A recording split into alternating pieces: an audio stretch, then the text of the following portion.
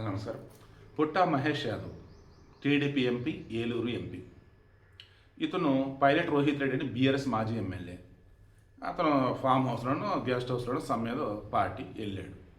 తెర చూస్తే drugs party. I think eagle drugs ఎయిర్వేర్కి సంబంధించి ఉన్న టీం ఉంది కదా, ఐ థింక్ గిరిధర్ గారు వాళ్ళ టీం వెళ్ళారు. మొత్తం చూశారు. వాళ్ళకి ఆల్రెడీ ఇన్ఫర్మేషన్ కరెక్ట్గా వచ్చింది, వెళ్ళారు. అక్కడ ఈ టీడీపీ ఎంపీ ఉంటే వాళ్ళు షాకు. సరే ఎవరుంటే ఏమేమి ముందు డ్రగ్స్ తీసుకున్నారని తెలిసింది, అందరు టెస్టులు చేస్తా అన్నారు, చేశారు. పుట్టా మహేష్కి ముందు నెగిటివ్ వచ్చింది, అక్కడ ఉన్న ఆల్రెడీ మీకు కొంతమంది పాజిటివ్ వచ్చింది. ఇతను నేనేం తీసుకోలేదు, నాకు సంబంధం లేదు అన్నాడు. బట్ వీళ్ళకి వచ్చిన సమాచారం ఏంటంటే వాంటెడ్గా ఇతన్ని టార్గెట్ చేయడం కోసం ఇదంతా చేశారని చెప్పేసి మరి తెలిసిందో ఏంటో మనకు తెలియదు. న్యూస్ బయటికి రావడం అయితే సాక్షి వాళ్ళు హైలైట్ చేస్తున్న విధానం చూస్తుంటే పుట్టా మహేష్ కావాలని బుక్ చేసిన అనిపిస్తుంది. అతను తీసుకోలేదని అనట్లా, అంటే అతను మంచోడా చెడ్డోడా అని విచారణ తెలియదు, తప్పు చేసి శిక్ష పడింది, నేను కాదనట్లా.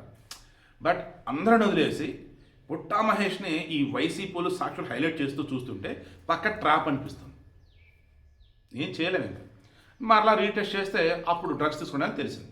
ఏ డ్రగ్స్ తీసుకున్నారు, వీళ్ళకి ఎవరు సప్లై చేశారు, ఎంత క్వాంటిటీ తీసుకున్నారు, ఇప్పుడు ఇవన్నీ తేలాలి.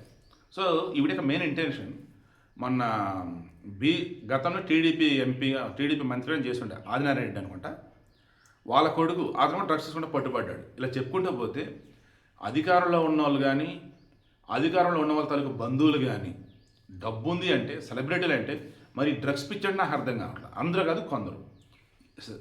ఇంత పకడ్బందీగా ఇక్కడ పోలీసులు నిఘా ఉంటే అలా ఎలా అసలు తీసుకున్నారో నాకు అర్థం కావట్లేదు. ఎందుకంటే ఈ పోలీసులు ఏం చేస్తున్నారు, ఆ డ్రగ్స్ గురించి ఎవరైనా చెప్తే వాళ్ళకి బహుమతులు ఇస్తున్నారు బయట కనపడకుండా.